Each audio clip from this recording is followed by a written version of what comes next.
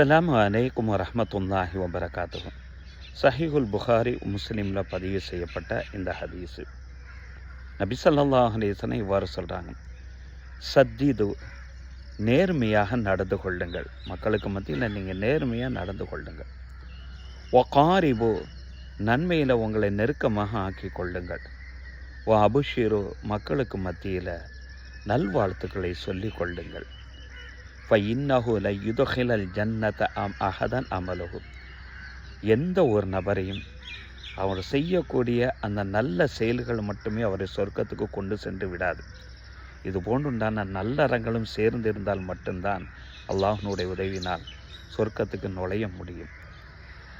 அப்போ தோழர்கள் கேட்குறாங்க, யா ரசூலல்லாஹ், உங்களுக்குமா என கேட்கக்கூடிய நேரத்தில் எனக்கும் தான், என்றாலும் அல்லாஹ்வுடைய அருளை நான் ஆதரவு வைக்கிறேன் என்று சொல்லிவிட்டு நபி ஸல்லல்லாஹு அலைஹி வஸல்லம் சொல்கிறாங்க, வயலமோ, நீங்கள் விளங்கி கொள்ளுங்கள், அன்ன அஹப்பல் அமல் இலல்லாஹ், அல்லாஹுக்கு ரொம்ப பிடித்தமான ஒரு செயல் எது தெரியுமா? அது வமுகு வை இன்கல்ல, குறைவான அமலாக இருந்தாலும் மன நிறைவோடு நிரந்தரமாக எப்பொழுதும் செய்யக்கூடிய அந்த நறு செயல்கள் தான் அல்லாஹுக்கு மிக பிடித்தமானது என்று நபிகள் நாயகம் ஸல்லல்லாஹு அலைஹி வஸல்லம் இந்த ஹதீஸில் நவிந்திருப்பார்கள். இதனை நாம் ஃபாலோ பண்ணுவோம் இன்ஷா அல்லாஹ்.